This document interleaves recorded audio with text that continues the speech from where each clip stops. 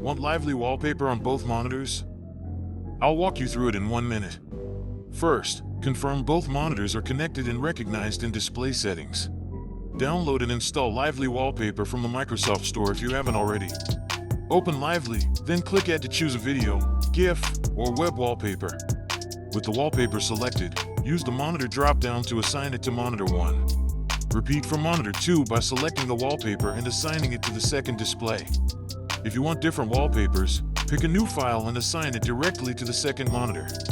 Use the gear icon to open settings and enable loop, mute audio, and set performance mode. Turn on pause on full screen and set Lively to start with Windows for convenience. Check CPU and GPU usage in performance mode and switch to low power if needed. Now test by dragging a window across both screens to watch the animated wallpapers in action. And that's it. Here's a full screen before and after of both monitors. Enjoy your setup.